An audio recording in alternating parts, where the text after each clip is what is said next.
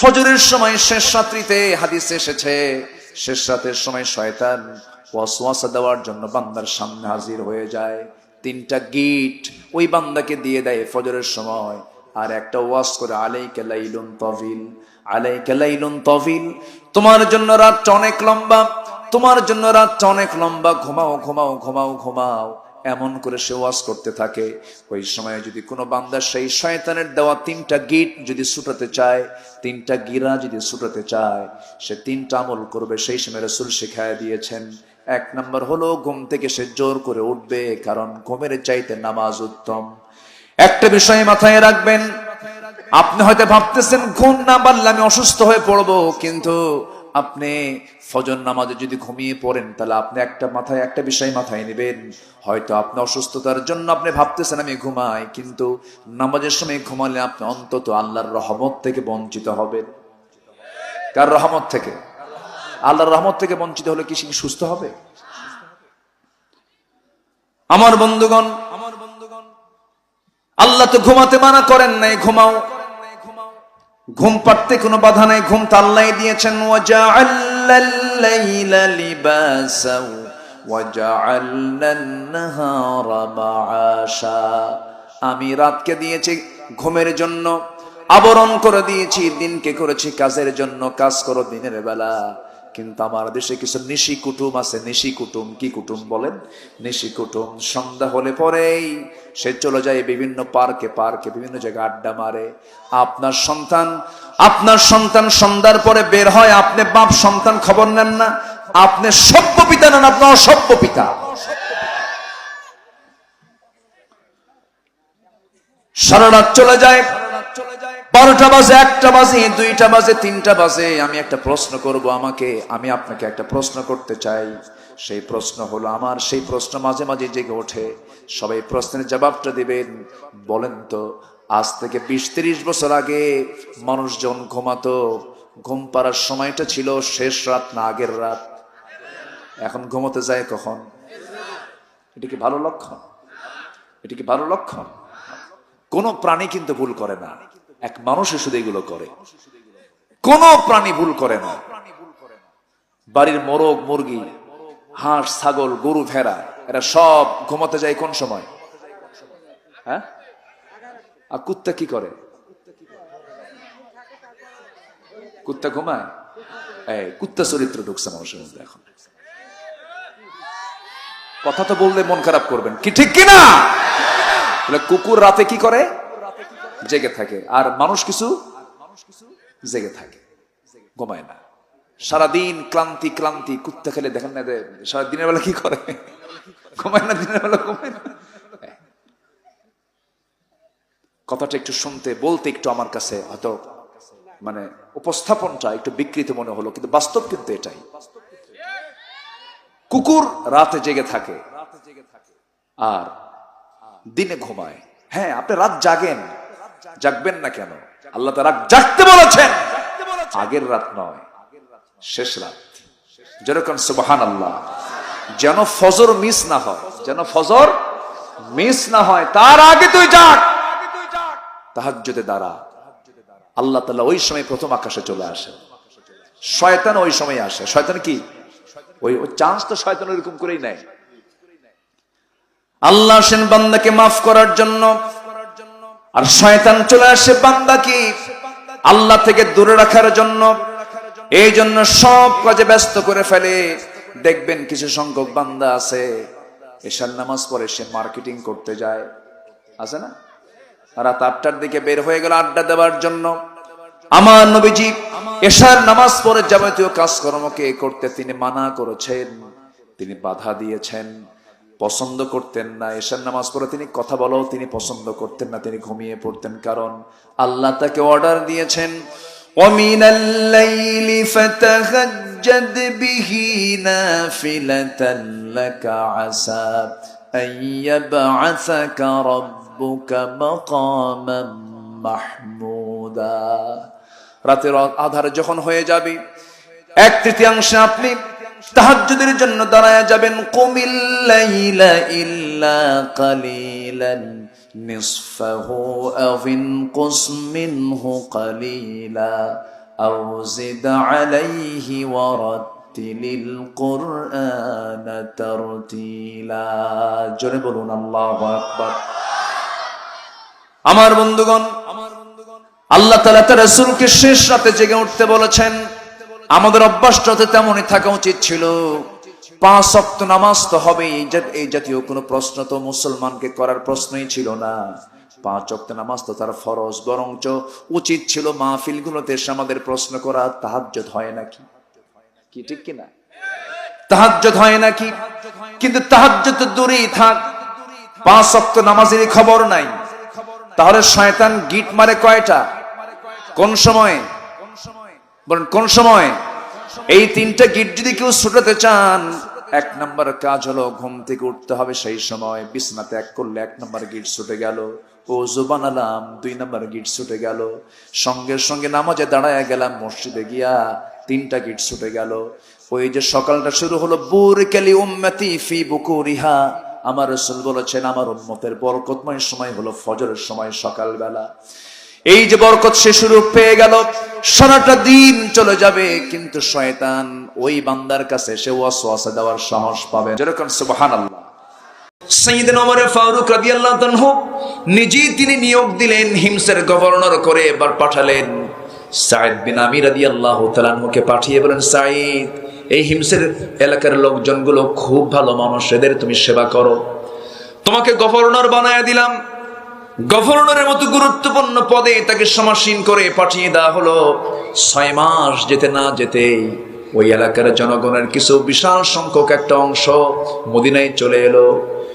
কেন্দ্র সরকারের কাছে এসে খলিফা ওমরের সামনে এসে নালিশ দিতেছেন। সবাই বলতেছে, আমিরুল মুমিনিন এমন একজন গভর্নর নিয়োগ দিয়েছেন যার মধ্যে আমরা চারটা বড় অপরাধ দেখেছি। এই 4টি বড় অপরাধ, 4টি বড় দোষ আমরা তার মধ্যে খুঁজে পেয়েছি। দয়া করে আপনি এই গভর্নরকে চেঞ্জ করে নতুন গভর্নর দিয়ে দেন। সাইয়েদনা ওমর ফারুক মনে মনে চিন্তা করলেন, হানি এত বড় পরহেজগার সাঈদ, তার বিরুদ্ধে রিপোর্টগুলো কি কি শুনিত, বলো তোমরা কি কি রিপোর্ট নিয়ে এসেছো। নাম্বার 1 হলো প্রত্যেকদিন অফিসে দেরি করে যায়, নির্দিষ্ট টাইমে কোনোদিন সে যে বসেন অফিসে। নাম্বার 2 হলো সপ্তাহে 1 দিন সে অফিস করে না। নাম্বার 3 হলো সন্ধ্যার পরে বাড়িতে গিয়ে দরজায় নক করলে সে দরজা খোলে না। নাম্বার 4 হলো অফিসে গিয়ে মাঝে মাঝে দেখি সেই চেয়ার থেকে পড়ে গিয়ে মৃগী রোগীর মতো অজ্ঞান হয়ে পড়ে থাকে। এই 4টি বড় বড় অপরাধ, আপনি তাকে চেঞ্জ করে নতুন একজন গভর্নর দিয়ে দেন। ওমর ফারুকের মনে একটু খারাপই হলো, তলব করলেন, সাঈদ তুমি চলে আসো। সাঈদকে ডেকে পাঠানো হলো, তিনি চলে আসলেন। মদিনায় এসে তার সঙ্গে সাক্ষাৎ করলেন। এবার বলছেন, আমিরুল মুমিনিন, আপনি আমাকে কেন ডেকেছেন? জনগণ তোমার বিরুদ্ধে রায় দিয়েছে, রিপোর্ট করেছে, তুমি 4টা বড় বড় ভুল করে ফেলেছ। সঙ্গে সঙ্গে সাঈদ বিন আমির বলছেন, আমিরুল মুমিনিন, আপনি আমাকে দোষারোপ করছেন, ঠিক আছে, আপনাকে রিপোর্ট করেছে তাও ঠিক আছে, তবে যে 4টি দোষ আমার বিরুদ্ধে তারা দিয়েছে, আমার বিশ্বাস 4টি অভিযোগের সুস্পষ্ট জবাব আমি সাঈদ দিতে পারবো। জোরে বলি সুবহানাল্লাহ। কি আদব ছিল তাদের ভিতরে, কি ইতাআত ছিল তাদের ভিতরে, বিদ্রোহ নাই, কোনো কিছুই নাই।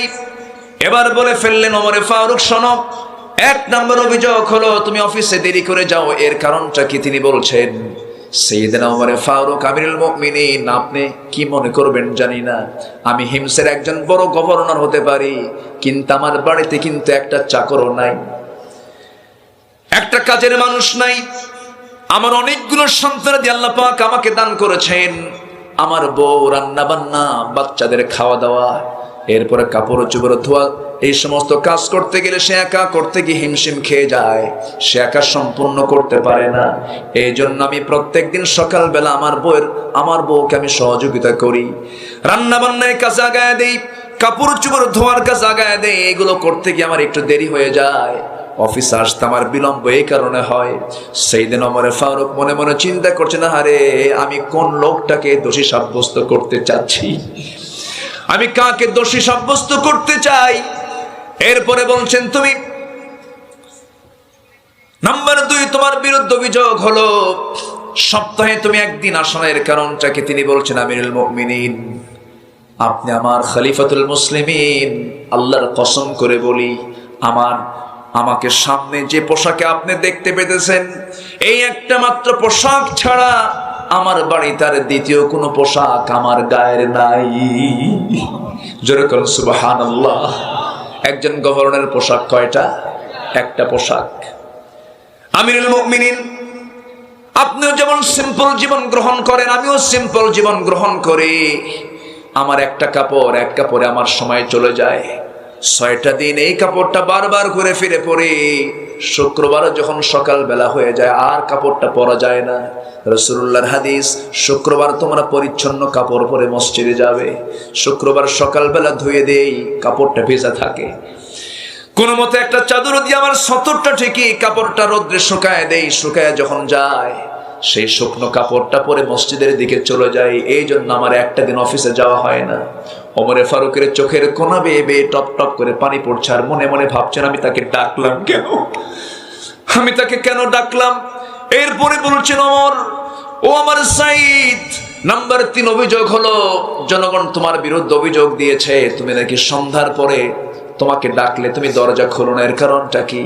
সায়েদ বিন আমির বলছেন, আমিরুল মুমিনিন, আপনি আমাকে যে প্রশ্ন করেছেন, জনগণ আমাকে যে দোষটা দিয়েছে, সারাটা দিন জনগণকে সময় দেই, মাত্র মাগরিবের সময় বাড়িতে আসি।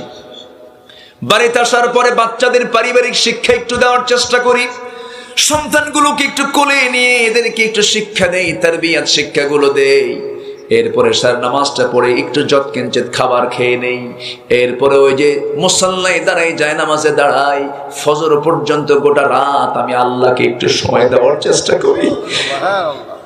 আমি এই জন্য জনগণকে সময় দিতে পারি না রাত্রে বেলা। সাইয়েদনা ওমর ফারুক মনে মনে চিন্তা করছে, না হারে আমি কেন প্রশ্ন করতেছি। এবার বলতেছে, ওরে ওরে সাইদ, নাম্বার 4 অভিযোগ হলো তুমি মাঝে মাঝে মৃগী রোগীর মতো অজ্ঞান হয়ে চেয়ার থেকে পড়ে থাকো, মাটিতে পাগল হয়ে যাও, এর কারণটা কি? এরকম করে অফিস চলে নাকি? সঙ্গে সঙ্গে সাইদ বলছেন, আমিরুল মুমিনিন, আমি যে কারণে অজ্ঞান হয়ে যাই, আপনি যদি সেই দৃশ্য দেখতেন আপনি অজ্ঞান হয়ে যেতেন। আমার ভাই আপনার সাথে একসঙ্গেই ছিল, আমি তখন কাফের ছিলাম। আমাদের এক ভাই খোবাইব মদিনায় হিজরত করে চলে যায়, আমরা তাকে মদিনার উপকণ্ঠ থেকে ধরে নিয়ে অপহরণ করে নিয়ে চলে আসি, মক্কার জেলখানায় রেখে দেই। মারতে মারতে পিঠের চামড়া তুলে ফেলে দিলাম, ইসলাম ছাড়ে না। শেষ পর্যন্ত বললাম, খোবাইব রে, ইসলাম ছাড়বি না, তোর খাবার বন্ধ করে দিলাম। খাবারটা বন্ধ হয়ে গেল। আমি তার দায়িত্বে ছিলাম, আমি তার টেক কেয়ার করেছি, আমি নিজের চোখে দেখেছি খোবাইবকে খাবার বন্ধ করলে কি হবে। শেষ রাতের দিকে দেখতাম খোবাইব আল্লাহর কালাম তেলাওয়াত করে, আর তার সামনে কে যেন জান্নাতের আঙ্গুরের ছড়া ঝুরাইয়া রাখে। একটা করে আঙ্গুরের ছড়া তিনি খান, আল্লাহর কালাম তেলাওয়াত করেন। শেষ পর্যন্ত খোবাইব 2 মাস চলে গেল খাবার বন্ধ। কিন্তু খোবাইবের খাবার বন্ধ হলে হবে কি? আমি নিজের চোখে দেখেছি আল্লাহ তাআলা জান্নাত থেকে তাকে খাবারগুলো দিয়ে গেছে। 2 মাস পরে যখন সবার কাছে ওপেন হয়ে গেল খোবাইবের, আল্লাহ তাকে খাবার দিয়ে দেয়। সবাই সিদ্ধান্ত হলো তাকে শুলে চড়ায় তাকে মেরে ফেলো। হত্যার অর্ডার হয়ে গেল। হত্যার অর্ডার যখন হয়ে গেল, হত্যার অর্ডার হওয়ার সঙ্গে সঙ্গে সাইয়েদ বিন আমির মুস্কি মুস্কি হাসি মারে। সবাই মিলে বলল, ও খোবাইব রে, ওরে খোবাইব, মৃত্যুর অর্ডার হয়ে যাচ্ছে, তোমার অন্তিম ইচ্ছাটা কি বলো? সঙ্গে সঙ্গে খোবাইব বলছেন, তোমরা আমাকে দুনিয়া থেকে বিদায় করবে, এতে আমার কোনো দুঃখ নাই। অন্তিম ইচ্ছাটা পূরণ করতে যদি আমার চাও, তোমরা পরিবারের সঙ্গে দেখা করার কোনো সাক্ষাতের দরকার নাই। কোন দুনিয়ার কোন ব্যক্তির সঙ্গে আমি সাক্ষাৎ করতে চাই না। অল্প একটু সময় যদি তোমরা আমাকে দিয়ে দাও, মৃত্যুর পূর্বে ওযু বানাবো, ওযুর পানি দিবা, আর নামাজে 2 রাকাত একটু আল্লাহর কাছে চেয়ে নেব। ওযুর পানি দেওয়া হলো, ওযু বানালেন, নামাজে দাঁড়ায় গেলেন। প্রথম রাকাত খুব আস্তে আস্তে তেলাওয়াত করছিলেন, চোখের পানি ফেলে ফেলে কাঁদতেছিলেন, জীবনের শেষ নামাজ। দ্বিতীয় রাকাতে মনে মনে চিন্তা করলেন, নামাজটা যদি লম্বা করি কাফের মুশরিকরা মনে করতে পারে খোবাব বুঝে মৃত্যুর ভয়ে নামাজটা লম্বা করছে। নামাজটা তাড়াতাড়ি করে শেষ করলেন। দ্বিতীয় বৈঠকে সালাম ফিরেই তিনি হাত দুটো উঁচু করে বলছেন, আল্লাহ তাআলা 2 মাস 3 মাস ধরে আমি আর রাসূলের চেহারা দেখতে পাই না, নবীজিকে দেখতে পাই না, হেতু আল্লাহ তোমার কাছে প্রার্থনা করছি, আমি যদি শহীদ হয়ে যাই, আমি যদি মরে যাই, আমার বিদায়ী সালামটা তুমি আল্লাহ আমার নবীর দরবারে পৌঁছায়া দিও। আমিরুল মুমিনিন খোবাব এমন করে দোয়া করলো। দোয়া করার পর আমরা খোবাবকে ধরলাম না। খোবাব নিজেই মোনাজাত শেষ করে দাঁড়ায় গিয়ে বলছে, তোমরা শুলে চড়ায় মারবে কোন জায়গায়, প্লেসটা কোথায়, অমুক জায়গায়। সে একা একা দৌড়ে দৌড়ে যে আমরা তাকে ধরলাম না, সে দৌড়ে দৌড়ে যাচ্ছে। সবাই মিলে বললাম, খোবাব রে দৌড়া দৌড়া, তুমি মরার জন্য যাও, তোমার কি মৃত্যুর ভয় হয় না? খোবাব বলছে, আমি দৌড়া দৌড়ে শুলের দিকে যাচ্ছি না, ফাঁসির মঞ্চের দিকে যাচ্ছি না, আমি যাচ্ছি আল্লাহর দেখানো 8টা জান্নাতের দিকে। জোরে কোন সুবহানাল্লাহ। দৌড়ে দৌড়ে চলে গেলেন। যাওয়ার পরে দুজন মিলে 2 হাত দড়িতে বেঁধে ফেললো, 2 পা বেঁধে ফেললো। সামনে একজন দাঁড়িয়ে বলছে, খোবাব রে এই জায়গায় তোকে না বসায়া দিয়ে যদি মুহাম্মদকে চড়াইয়া দিতাম কতই না ভালো হতো। এমন খেপে গেলেন, মুখের মধ্যে কয়েক মিনিট ধরে থুতুগুলো জমায়া জমায়া নিয়া ওই ব্যক্তির মুখ বরাবর থুতু নিক্ষেপ করে বলছেন, আল্লাহর কসম, আমার চোখের সামনে আমার নবীর একটা পশম ছিঁড়বে যে আমি তাকে হালে ছেড়ে দেব না। জোরে কোন আল্লাহ। আমার ভাইয়েরা, সাইদ বিন আমির বলছেন, আমিরুল মুমিনিন এত মেজাজ তার দেখলাম, এত সাহসী মেজাজ। সেই সময় আমার কুফরি হালাতের কারণে আমি ঈমান আনি নাই। হঠাৎ করে একজন কাফের এসে তার ডান হাত বরাবর মেরে দিল, ডান হাতটা ছিটকে পড়ে গেল। কিন্তু খোবাব মুস্কি মুস্কি হাসি মারে। বাম হাতে যখন আঘাত করা হলো, চিৎকার মেরে মেরে হাসে। সবাই মিলে বললাম, খোবাব রে আমরা তোমার অঙ্গহানি করে দিচ্ছি। কেন, কারণটা কি?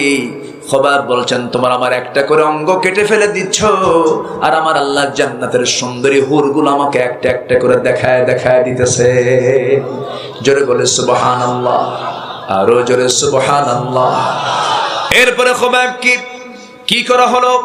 সাইদ বিন আমির বলেন, আমিরুল মুমিনিন ওই সময় দেখতে পেলাম একজন কাফের এসে নেজা তরবারি নিয়া দূর থেকে এসে শক্তভাবে তার বুকের মধ্যে ঢুকায় দিল, পিঠ দিয়ে তরবারে বের হয়ে গেল।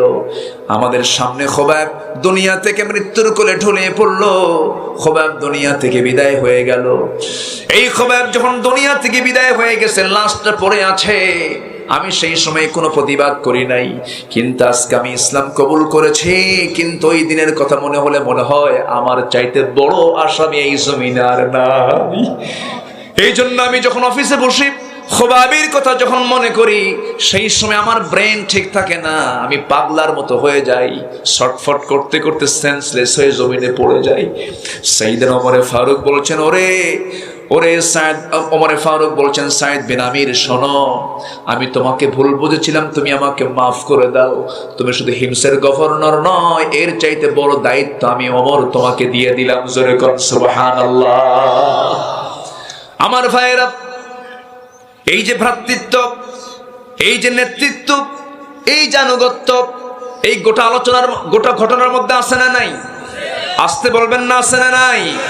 আবার এই ওমর ফারুক রাদিয়াল্লাহু তাআলা আনহু কি সুন্দর করে তিনি বিচারকে সম্মান করেছেন, বিচারককে সম্মান করেছেন। কারণ বিচারককে সম্মান দিয়েছেন কে? আসতে বলবেন না, কে দিয়েছেন? কোন বিচারককে যে বিচার করবে কি দিয়া? আসতে বলবেন না, কি দিয়া?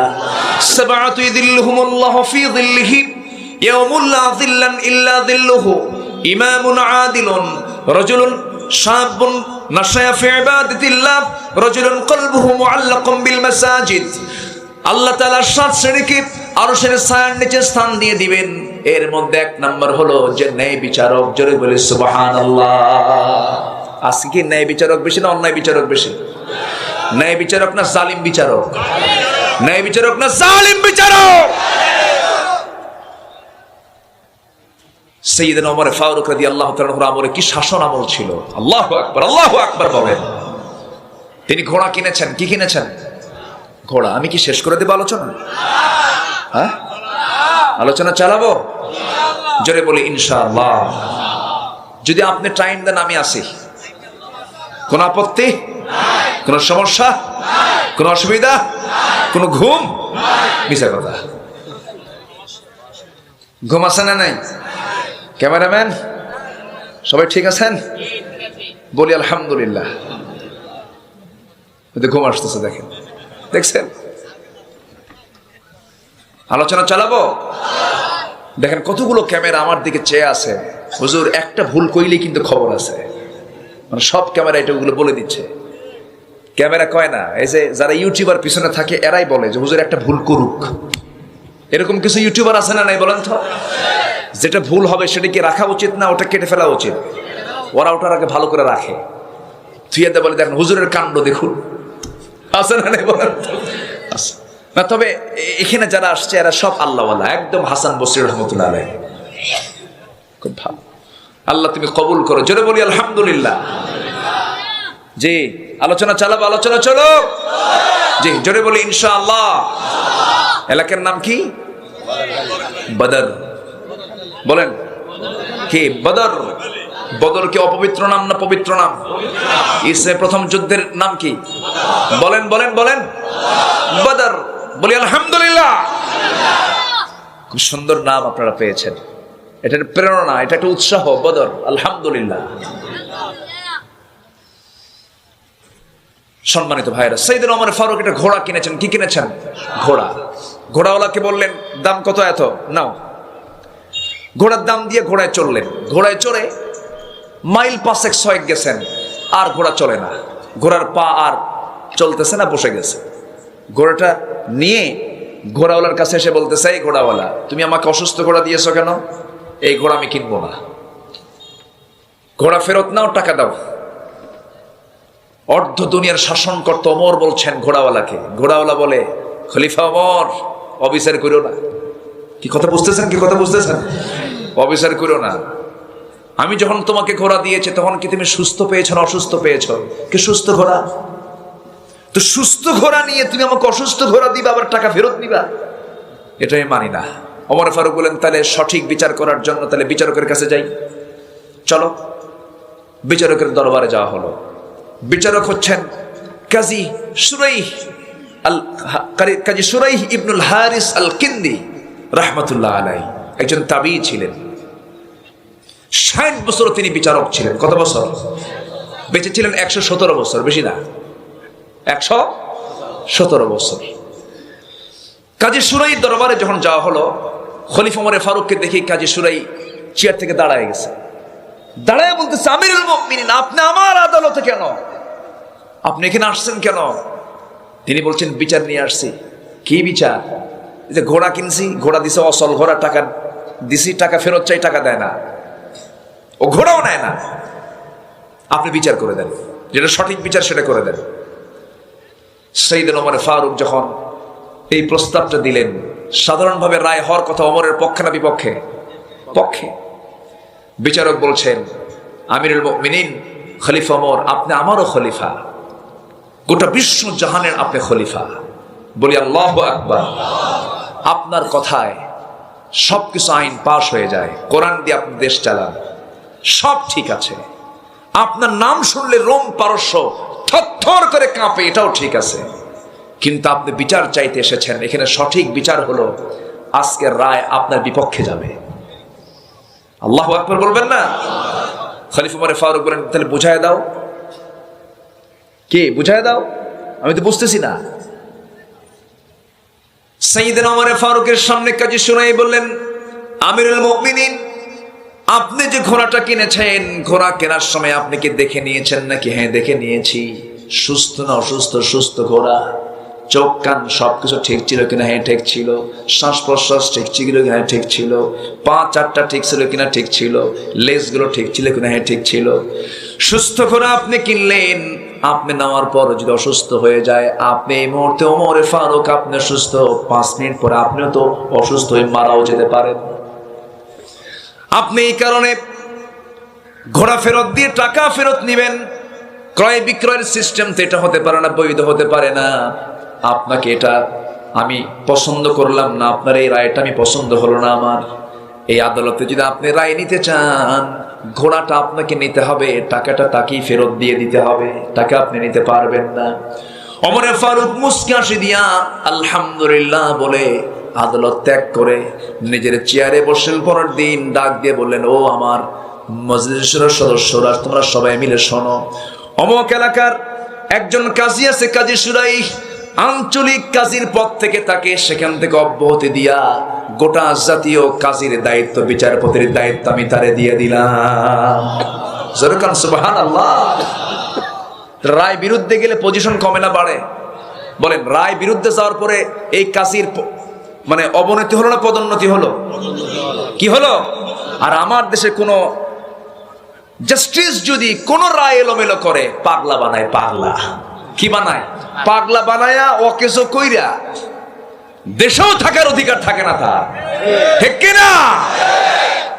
হবে না কেন? উনিও যে কি করেছেন। সম্মানিত ভাইয়েরা, যারাই রায় দেয় তাদের বিরুদ্ধে আবার 12 বছরের সাজাও হয়, তাই না? এই তো হচ্ছে অবস্থা। তাহলে আনুগত্যের দরকার আছে না নাই বলেন তো? সামিআনা ওয়া আতা'না। ওমরে ফারুক শুনলেন, মানলেন। আল্লাহু আকবার বলেন। আমার আয়াতের সঙ্গে কি মিলতেছে? আলোচনাগুলো মিলতেছে? একটু মিলায় নেন। দ্বিতীয় আয়াতের দিকে তো যায় নাই, আরো কথা আছে।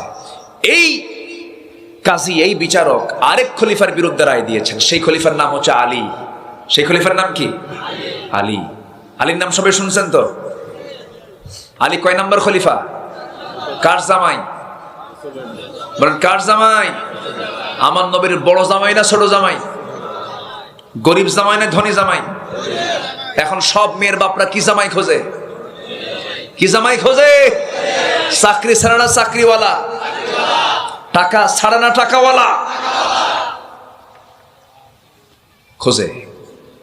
ছেলেরা বিয়ে করতে চায়, ছেলেরা বেচারা বিয়ে করতে পারে না। হুজুর, বিয়ে করবো কেমনে? চাকরি নাই, বিয়ের জন্য হাহাকার করতেছে, বিয়ে কেউ দেয় না। এরকম আসে না নাই? বলেন তো, আসে না নাই? যুবকরা, তোমরা কি বিয়ে করতে চাও? আস্তে আস্তে কয়, বিয়ে করতে চাও? ওই বুড়া চাচাও কয় চাই। এই তো মুশকিল।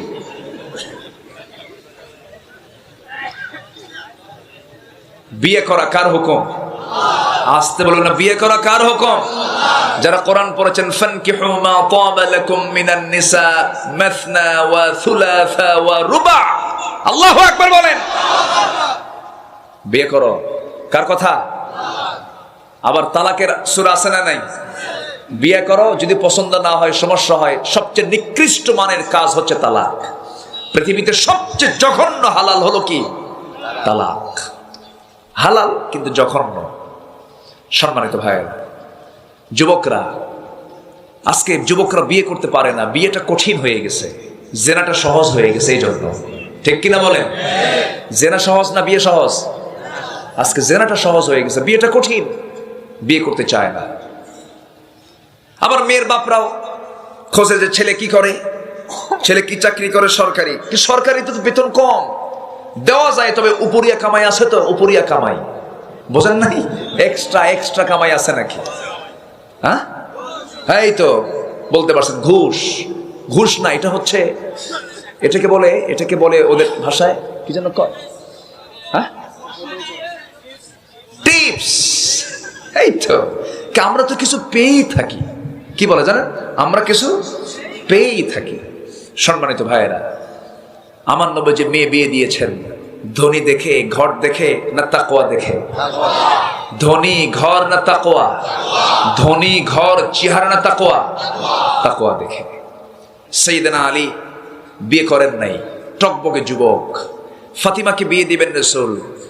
সুন্দর সুন্দর এবং অনেক উপযুক্ত সাহাবীরা, ধনী সাহাবীরা রাসূলের কাছে এসে অফার দিচ্ছেন, ইয়া রাসূলুল্লাহ, আপনার মেয়েকে আমরা বিয়ে করতে চাই। রাসূল বলেন, একটাও চলবে না, যাও। সবাইকে তিনি ডিসঅ্যালাউ করলেন। আমার নবী যে অপেক্ষায় আছেন, আমার পছন্দের লোক তো আসে না। সবার প্রস্তাব শেষ। হযরত আলীর কাছে এসে সাহাবীরা বলছে, আলী, তুমি ছাড়া আমরা সবাই প্রস্তাব দিছি, আমাদের প্রস্তাব নট অ্যালাউ, তুমি যাও। আলী বললেন, আমি যাবো কেমনে, আমি বলবো কেমনে? তার মেয়েটা কত দামি, তো বিয়েটা করে এনে ঘরে তুলবো, সে ঘরই তোমার নাই। রাসূল আমার প্রস্তাবতে মানবেন? অসম্ভব। আরে যাও না তুমি, চলে গেলেন, সব ঠেলে পাঠায় দিছে। নবীর সামনে গিয়ে আসতে বসে আসছেন। রাসূল বলেন, আলী তুমি কিছু বলবা? হুজুর কি যে বলবো নিজেও জানি না। আচ্ছা তুমি কি আমার মেয়েকে বিয়ে করবা? হুজুর দিলে করা যায়। সুবহানাল্লাহ বলবেন না? রাসূল বলেন, বিয়ে করবা, টাকা পয়সা আছে? হুজুর টাকা পয়সা কোথায় পাবেন, আমার তো ঘরই নাই। কি তোমার কিচ্ছু নাই? কি আছে? এই যে আমার হাতে যা দেখছেন, এই যে ঢাল, এই যে তরবারি, এছাড়া আমার কিচ্ছু নাই। রাসূল বললেন, যোদ্ধার হাতে, আসাদুল্লাহিল গালিবের হাতে তো তরবারি ছাড়া এক মুহূর্ত চলবে না। তাহলে তুমি এই তোমার যে ঢালটা আছে, ঢাল ছাড়াও যুদ্ধ করে, যে ঢালটা বিক্রি করতে যাও, ঢালটা বিক্রি করে এনে যে টাকা হবে ওটাই হবে বিয়ের মহরণা। সুবহানাল্লাহ বলেন। ঢালের দাম তো কোটি কোটি টাকা নাকি? এখন মহরণা মাশাআল্লাহ তোমার 2-3 টাকা ধরে। হ্যাঁ, মেয়ের বাপরা কিন্তু ডাকাত কিছু আছে, আছে না নাই? মেয়েকে বিয়ে দিতে নিয়ে মহরণা ধরে 20 লাখ, 30 লাখ, 40 লাখ, 50 লাখ, আছে না নাই বলেন তো? লক্ষণ কি জানেন? যদি সংসার না হয় টাকা আদায় করবো। ধান্দাবাজ, কি বাস বলেন? ঠিক না, এটা উচিত না। এটা যা পারবে তাই দেবে, ঠিক কি না? যা পারবে তাই দিবে। কোরআন শিক্ষার বিনিময়ে মহরণা হয়েছে, আছে না নাই? লোহার আংটির বিনিময়ে, সামান্য টাকার বিনিময়ে মহরণা হয়ে গেছে। আল্লাহু আকবার বলেন। আমার নবীজি বলেন, যাও। সাইয়েদনা আলী চলে গেছেন বাজারে।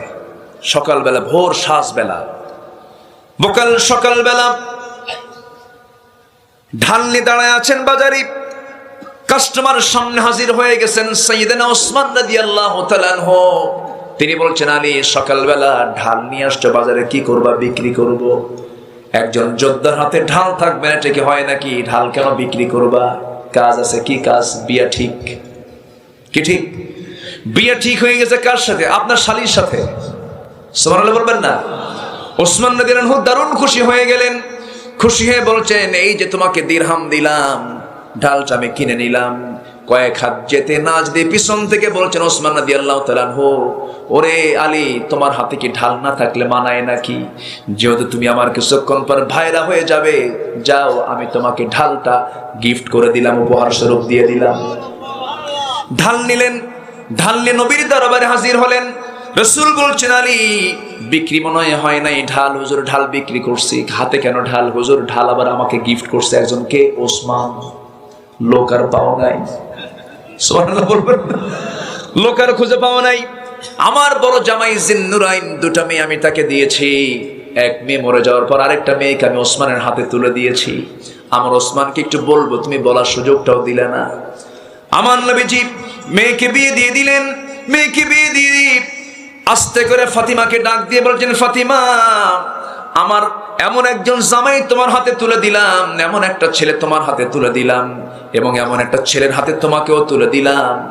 এই আসমানের নিচে জমিনের উপর আমার সবচাইতে পছন্দের মানুষ হচ্ছে আমার আলী। জোরে বলেন সুবহানাল্লাহ। আমার আলীকে তোমার হাতে তুলে দিলাম।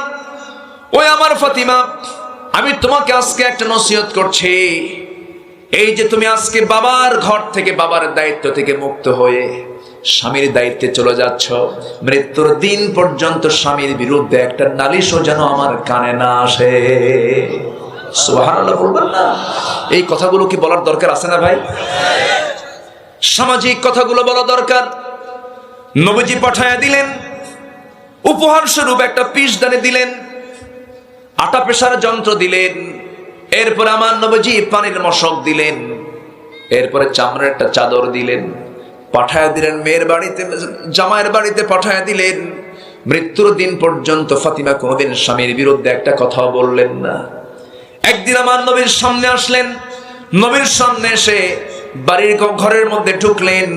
নামাজের সময় হয়ে গেছে। রাসূলকে দেখে তিনি বসে বসে নামাজ পড়ছিলেন।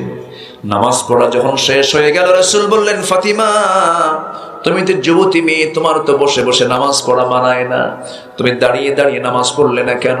কি হয়েছে তোমার? তিনি বলছেন, আব্বা, আমি দাঁড়িয়ে দাঁড়িয়ে নামাজ পড়ি, কিন্তু আজকে আমার বসে বসে নামাজ পড়ার কারণ হলো আপনি আমাকে বলে দিয়েছেন স্বামীর বিরুদ্ধে যেন একটা নালিশ আমার কানে না আসে। আমার পরনে যে জামাটা দেখতে পাচ্ছেন, এই জামার পিছন সাইডটা একটু ছেঁড়া আছে। আমি যদি দাঁড়িয়ে দাঁড়িয়ে নামাজ পড়ি, আপনার চোখে ইচ্ছের অংশটুকু পড়ে যেতে পারে। আমার স্বামীর প্রতি আপনার একটু খারাপ ধারণা আসতে পারে, হারে আমার মেয়েটাকে কাপড়ে কষ্ট দেয়, পোশাকে কষ্ট দেয়, আমার স্বামীর এতটুকু দুর্নাম প্রকাশ পেয়ে যাক, আমি এটা চাই নাই মনে করে আপনার মেয়ে ফাতিমা বসে বসে নামাজ পড়তেছে, জোরে কোন সুবহানাল্লাহ। এমন মেয়ে তো বাংলার ঘরে ঘরে আছে মাশাআল্লাহ, নাকি? হ্যাঁ হ্যাঁ, 3 দিন বাজার না হলে আব্বাকে ফোন দিয়ে বলে, আব্বা এর সঙ্গে সংসার করার এনার্জি নাই, আছে না নাই বলেন তো? অথচ সাহাবীদের ঘরে ঘরে চলে গেছে এমন সময় 3 মাস বাজার নাই। কয় মাস? 3 মাস বাজার নাই, 3 মাস বাজার নাই। বউটা আস্তে করে স্বামীকে ডাক দিয়ে বলছে, স্বামী গো, 3 মাস ধরে বাজার নাই, আমি তোমাকে আজকে কিছু টাকা দিচ্ছি, তোমার কাছ থেকে পয়সাগুলো জমায় জমায়, কয়েনগুলো জমায় জমায় কিছু টাকা হয়ে গেছে, আজকে তুমি সুন্দর করে বাজার করে আনবা, সন্তানগুলোকে নিয়ে তৃপ্তি ভরে খাবার খাবো। বাজারের ব্যাগটা হাতের মধ্যে দেওয়া হলো, তিনি বাজার করতে যাবেন, আজান কানে আসলো। বাজার আগে না আজান আগে? বাজার আগে না আজান আগে? নামাজ আগে না বাজার আগে? নামাজে চলে গেলেন, নামাজ পড়লেন। নামাজ পড়া শেষ না হতেই, শেষ হওয়া মাত্রই আমার নবীজির বয়ান শুরু হয়ে গেল।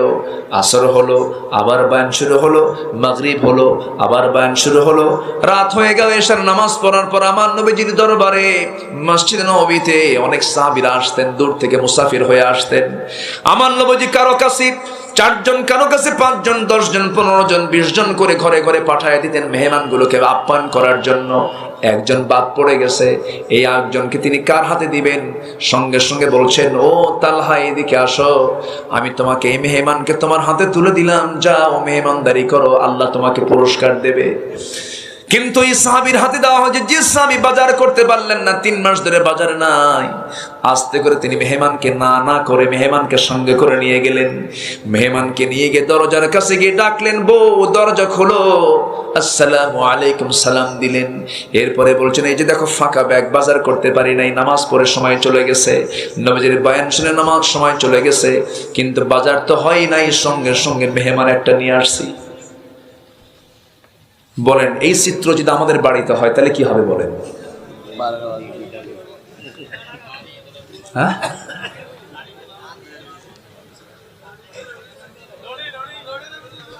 সংসার সুখের হয় কার গুণে? বলেন কার গুণে? কার গুণে? কার গুণে? রমণীর গুণে। তালহা রাদিয়াল্লাহু তাআলা বললেন,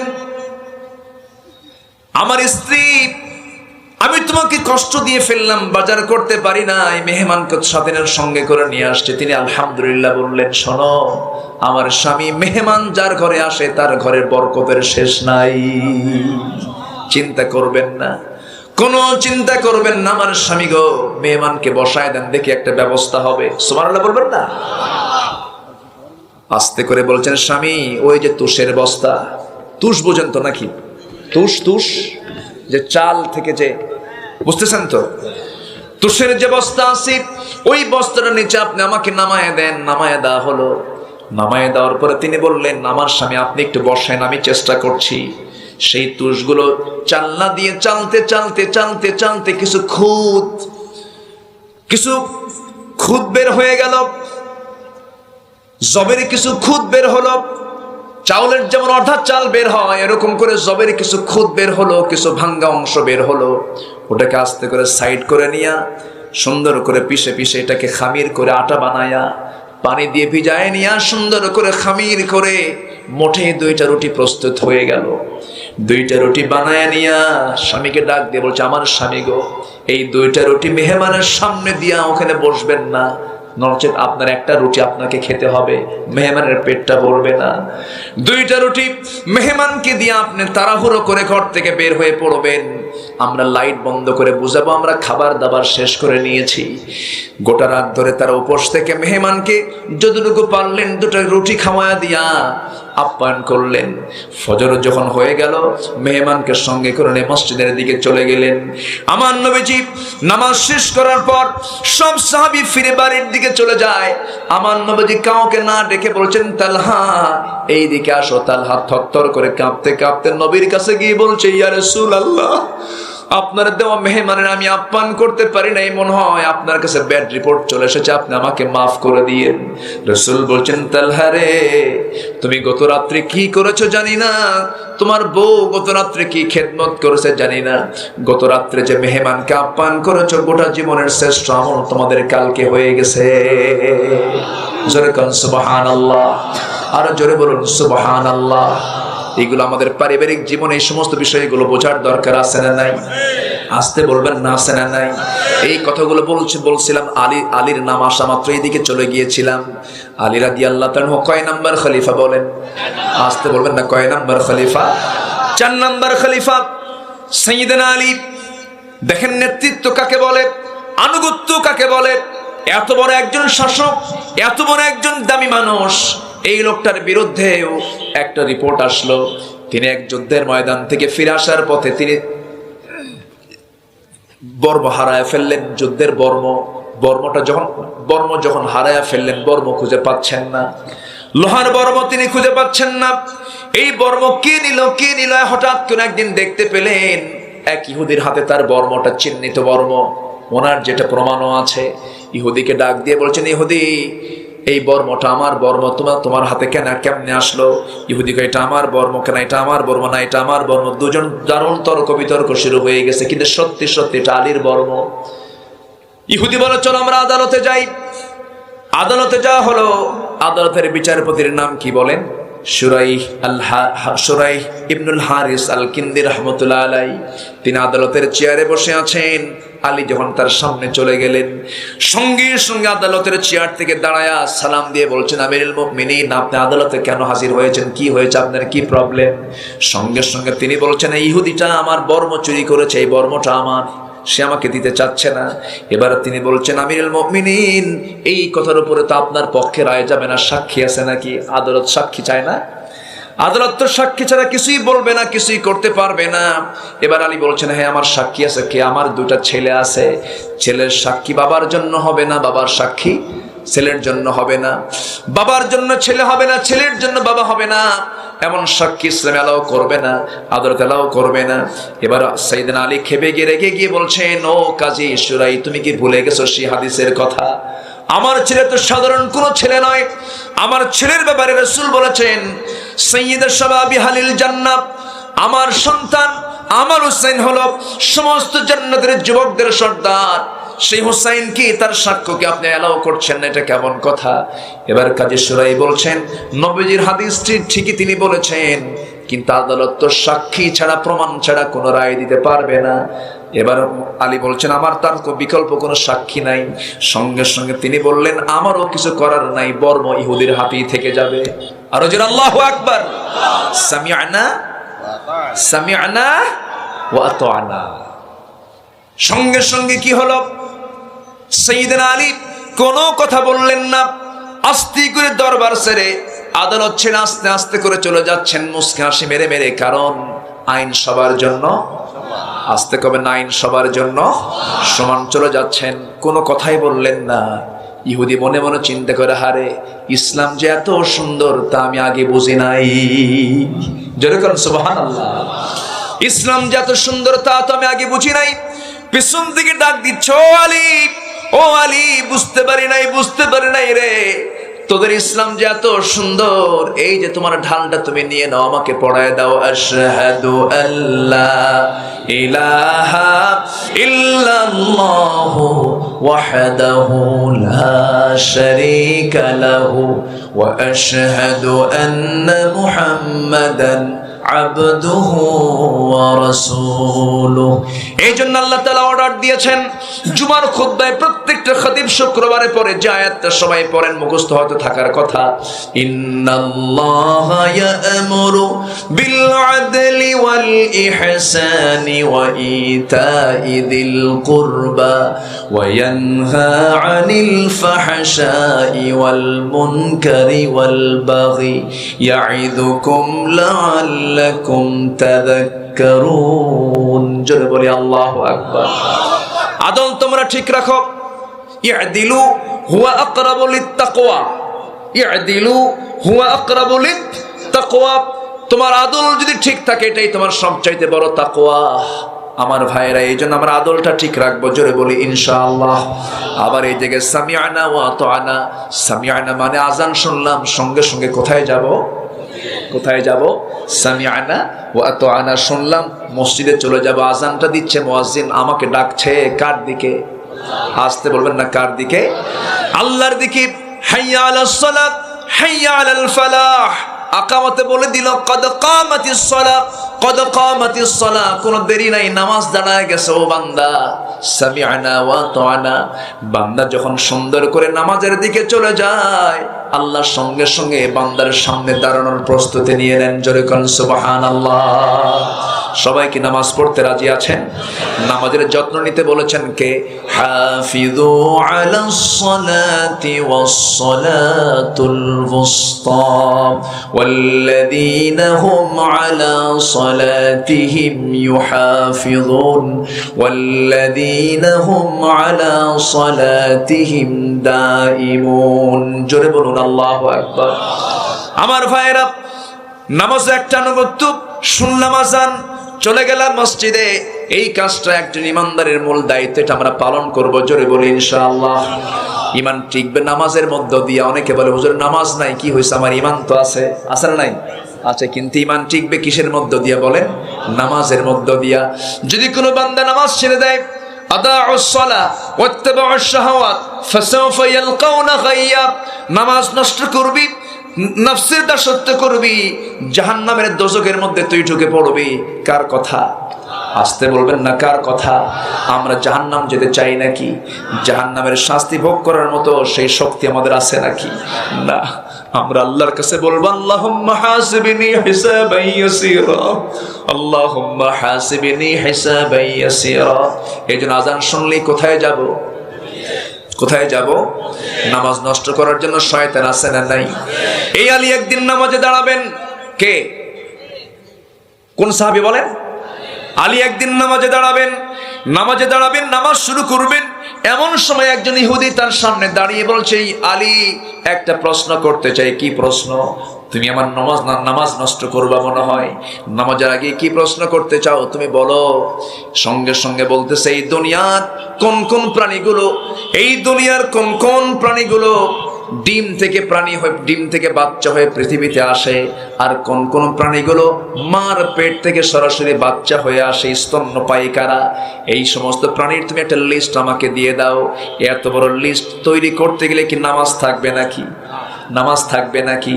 ইহুদির এই প্রশ্ন শুনে তিনি মুস্কি হাসি মেরে বলছেন, আমি আলী, তুমি আমাকে প্রশ্ন করে নামাজটা নষ্ট করার জন্য এসেছো।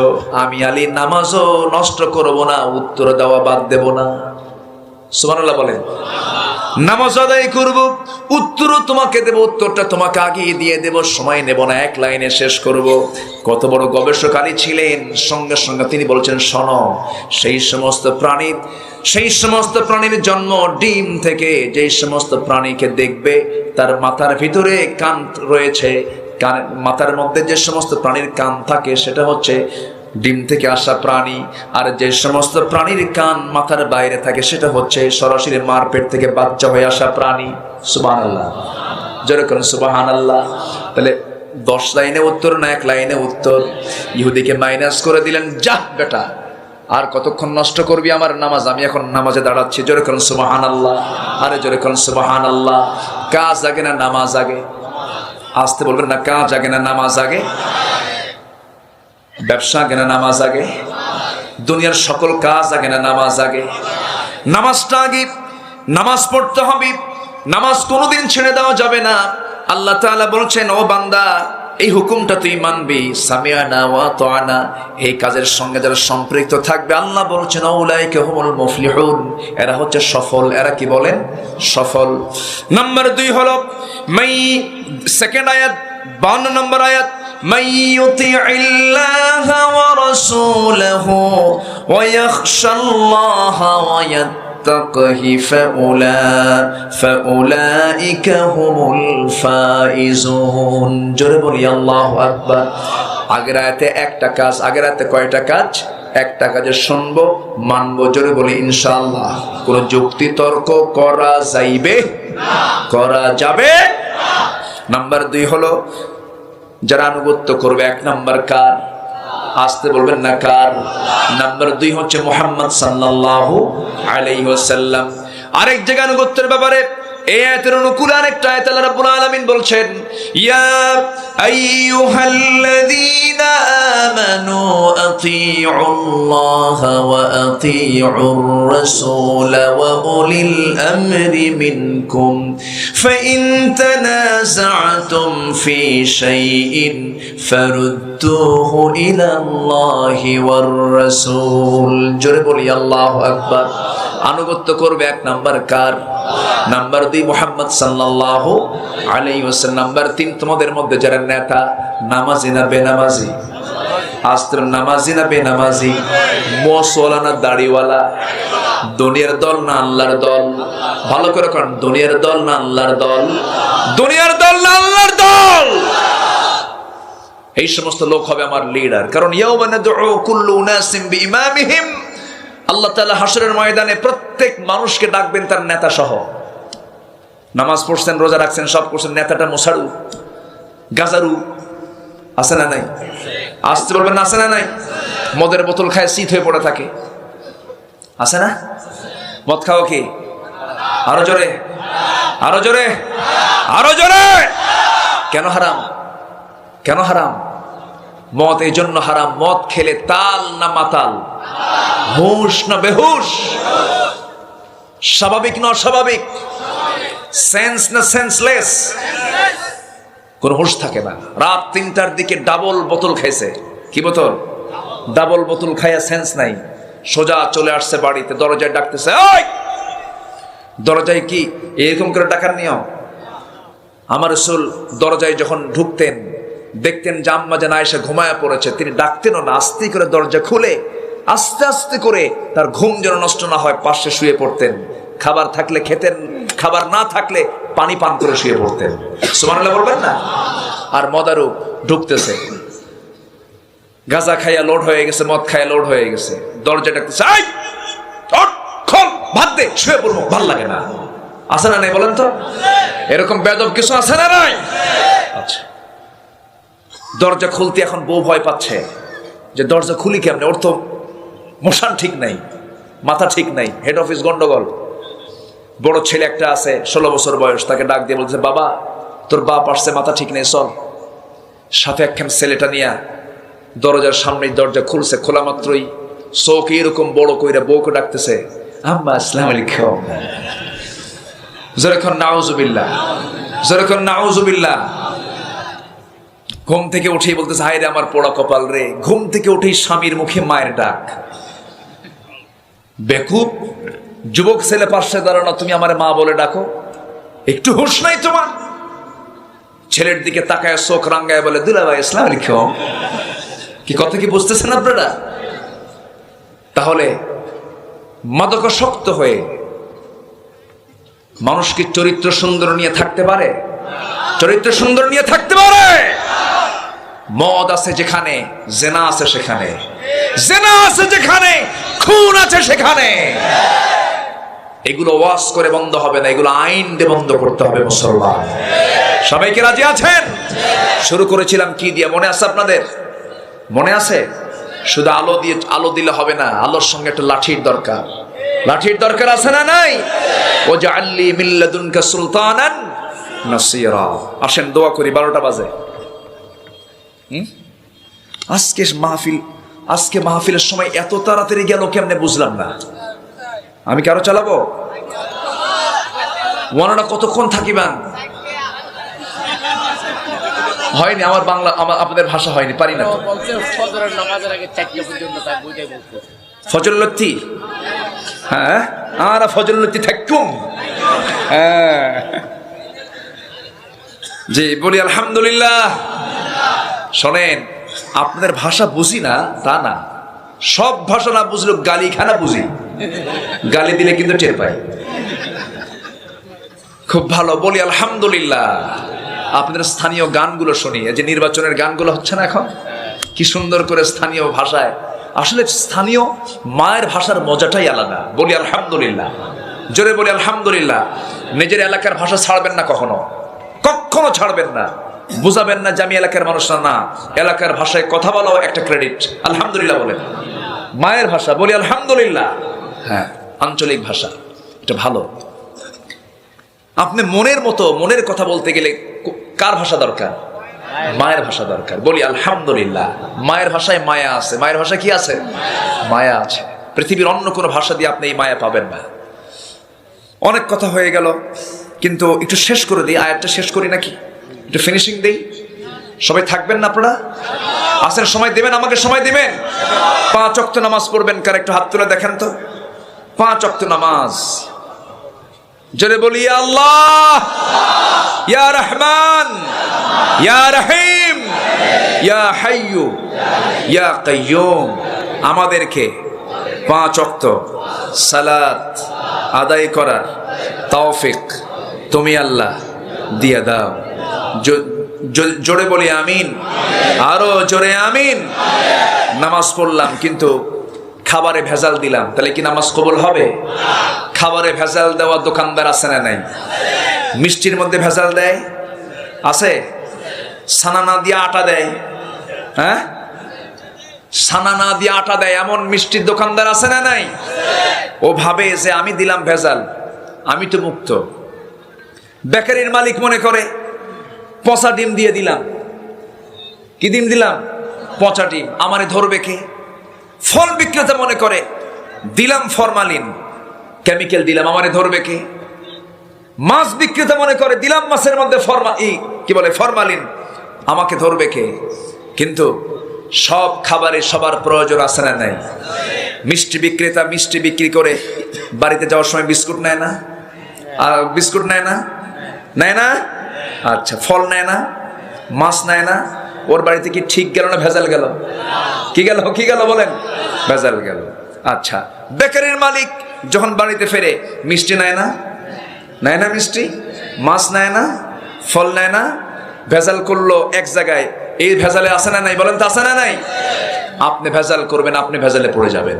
আল্লাহ তুমি আমাদেরকে সবাইকে ভেজাল মুক্ত জীবন গড়ার তৌফিক দিয়ে দাও।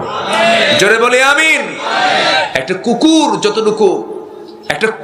যতটুকু প্রভু ভক্ত, আজকে বান্দার মধ্যে সেই প্রভু ভক্তের ভাবটা নাই। আল্লাহ তুমি বান্দাদেরকে আল্লাহকে চেনার তৌফিক দিয়ে দাও। জোরে বলি আল্লাহুম্মা আমিন। সবচেয়ে বড় পরিচয় জানবো আমরা কার? আসতে বলবেন না, কার? আল্লাহ। কুকুর পেশাব করে মাটিতে না দেওয়ালে? কই পেশাব করে? মাটিতে না দেওয়ালে? দেওয়ালে। আচ্ছা, ভিক্ষুক যখন ভিক্ষা চায় তখন কুত্তা কি করে? ঘেউ ঘেউ করে না? ঘেউ ঘেউ করে। রাতে যখন কেউ আসে, মানুষ ঘুমিয়ে থাকে, যদি কেউ আসে তখন কি করে? চিৎকার করে? করে। কুকুর কেন দেওয়ালে পেশাব করে? এটার জবাব হচ্ছে, কুকুর এই জন্য পেশাব করে দেওয়ালে, জমিনে করে না, কারণ এই জমিনে আল্লাহ যদি এখানে সেজদা দেয়, সুবহানাল্লাহ, যেরকম সুবহানাল্লাহ সেজদা দেয়। নাম্বার 2, ভিক্ষুকের কাছে যে ঘে ঘো এই জন্য করে, তুই মানুষের কাছে চাষ করে, আল্লাহর কাছে চা। আল্লাহু আকবার বলেন। নাম্বার 3 হলো, রাতে ঘেউ ঘো করে কেন?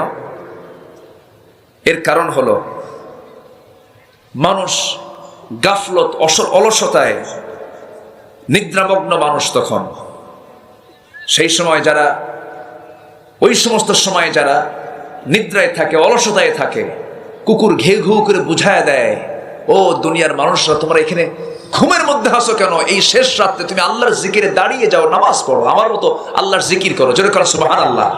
কুকুর কি ঘেউ ঘেউ করে না জিকির করে? কি করে? জিকির করে। কুকুরের মধ্যে আমরা কিছু ভালো গুণও দেখতে পাই। বলি আলহামদুলিল্লাহ, জোরে বলি আলহামদুলিল্লাহ।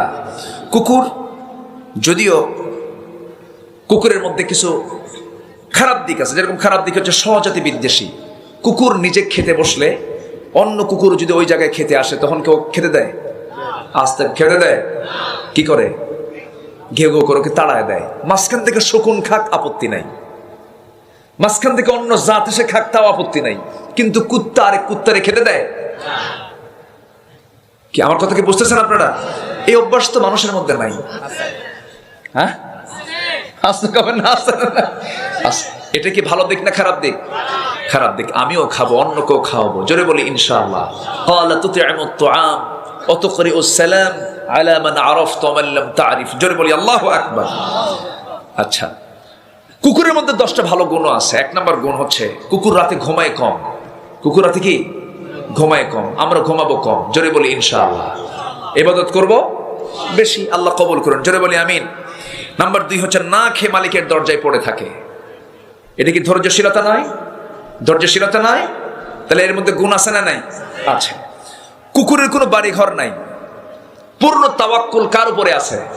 ওর কোনো টেনশন আছে? ও যেখানে রাত সেখানে কি কাজ। নাম্বার 4 হলো একটু জায়গা পেলেই বিনা দ্বিধায় শুয়ে যায়। এটা একজন বিনয়ী মানুষের পরিচয় হওয়া উচিত। বলি আলহামদুলিল্লাহ। আচ্ছা, বিশ্রাম স্থল থেকে তাড়িয়ে দিলে সে অন্যত্র গিয়ে বসে, তাও গন্ডগোল করে না, ফিতনা ফাসাদ করে না, আস্তে করে যারা আরেক জায়গায় বসে। মানে ও দুনিয়ার মানুষ, তোমরা আপোষ করো, গন্ডগোল করো না। আল্লাহু আকবার। আচ্ছা, মালিকের খাদ্যদ্রব্য সামনে দেখেও দূরে বসে থাকে, কোনো বল প্রয়োগ করে না। এটা মিসকিন বান্দার আলামত। বলি আলহামদুলিল্লাহ। আছে বল প্রয়োগ করে, জোরাজোরি করে না কিন্তু। নাম্বার 7 হলো মৃত্যুর সময় যে কোনো সম্পদ রেখে যায় না, যা আল্লাহর উপর আস্থাশীলতার একটা অভ্যাস। বলি আলহামদুলিল্লাহ। মৃত্যুর সময় কিছু রেখে যায় না। মারপিট করলেও মালিককে ছেড়ে যায় না। আছে না? পিটায় মারে, এরপরও ছাড়ে না। যেটা আল্লাহর উপরে আস্থাশীলদের অভ্যাস। আল্লাহ আমাকে যতই কিছু করুক না কেন, আমি আল্লাহকে ছাড়বো? যত বিপদে পড়ে আমি আল্লাহকে ছাড়বো না। তাহলে কুকুরের মধ্যে ভালো ভালো দিক আছে না নাই? খারাপ ব্যবহার করে তাড়িয়ে দেওয়ার পরও পুনরায় ডাকলে তাকে সাথে চলে আসে, রাগ নাই, ক্রোধ নাই। মারছেন, আবার ডাকলে সে চলে আসতেছে। কোন মালিকের বাড়িতে একবার ছেড়ে গেলে আর সহজে ফিরে আসে না। এটা কিন্তু আছে। একবার যদি মালিকের বাড়ি ছাড়ে, ওই বাড়িতে আর যায়? আর কিন্তু যায় না। এটা হচ্ছে আত্মসম্মান বোধ, পার্সোনালিটি, ব্যক্তিত্ব আমাদের ভিতরে থাকার দরকার আছে না নাই? আছে। তাহলে কুকুরের খারাপ গুণ দেখবো না ভালো গুণ দেখবো আমরা? আল্লাহ তুমি প্রকৃতি থেকে, এই সমস্ত প্রাণী থেকেও আমাদেরকে শিক্ষা নেওয়ার তৌফিক দিয়ে দাও। জোরে বলি আমিন। অনেক মন চাচ্ছিল বাকি আলোচনার আনুগত্যের উপরে আরো কিছু কথা ছিল। আমি আজকে যতটুকু বলেছি বলি আলহামদুলিল্লাহ। জোরে বলি আলহামদুলিল্লাহ।